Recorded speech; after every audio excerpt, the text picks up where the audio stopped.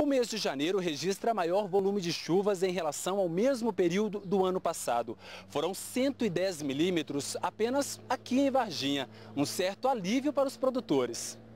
Uma seca que bateu recordes históricos. Um janeiro em que ela apareceu, meio tímida, mas apareceu. As chuvas dos últimos dias deram um certo alívio para o produtor. 2014, nós fechamos o ano com apenas 47% do que deveria ter chovido. O que aconteceu? As plantas ficaram muito estressadas. Em janeiro nós tivemos novamente o veranico com altas temperaturas. O que hoje a planta a gente pode ver? De maneira geral, em grande maioria das lavouras, as plantas estão com as rosetas com poucos frutos. Ou seja, o estresse que ela teve, ela não suportou aquela carga que ela teria que segurar.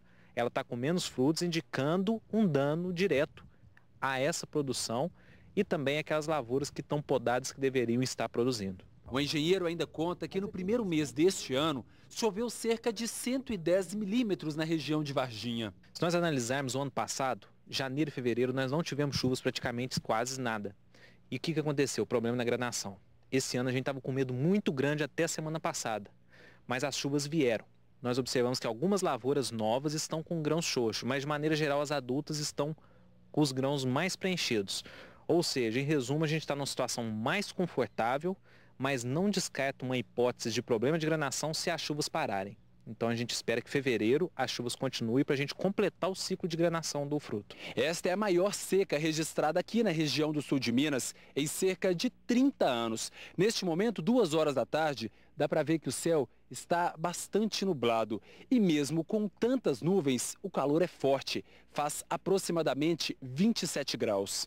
Calor que tem desanimado produtores que aproveitaram a época para plantar. Em várias lavouras as mudas estão assim, mortas. E mesmo com a chuva, aguar as plantas tem sido rotina em algumas propriedades. Uma forma de tentar minimizar os prejuízos. Normalmente o plantio é realizado antes do Natal, para aproveitar as chuvas do fim de ano e também em janeiro. E já é costume veranico, mas não nessa intensidade. O que aconteceu? Esse período sem chuva associado às altas temperaturas, o índice de mortalidade foi muito grande nessas lavouras novas. Então os produtores ficaram um pouco sem jeito, porque até pela falta de muda no mercado, às vezes eles não vão conseguir fazer o replantio. Ou aonde o replantio foi muito grande, praticamente ele vai ter que arrancar tudo o que já foi feito e refazer no próximo ano. Prejuízo que também já está batendo na porta do produtor. Aliás, no ano passado, era impossível contabilizar as perdas e o desespero tomou conta de quem depende do café para sobreviver. E os problemas devem continuar. As plantas vieram no estresse do ano de 2014. E o que aconteceu? As chuvas atrasaram muito. Praticamente só final de outubro, novembro que elas retornaram. Com isso, a gente está em torno de 2 nós atrasados de crescimento. E o que acontece? Esse crescimento vai refletir na safra de 2016. Em resumo, a safra de 2016 já está parcialmente comprometida. Um momento delicado e que requer muita atenção, mas também é hora de continuar com os trabalhos e tratos culturais. É o que orienta o engenheiro agrônomo. É muito importante que o produtor esteja sempre com as práticas em dias, porque elas dependem das ocorrências das chuvas.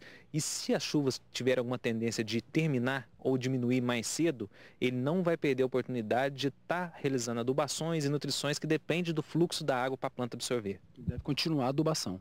Sempre em dia, não atrasar as adubações, aplicações foliares e tratos diversos.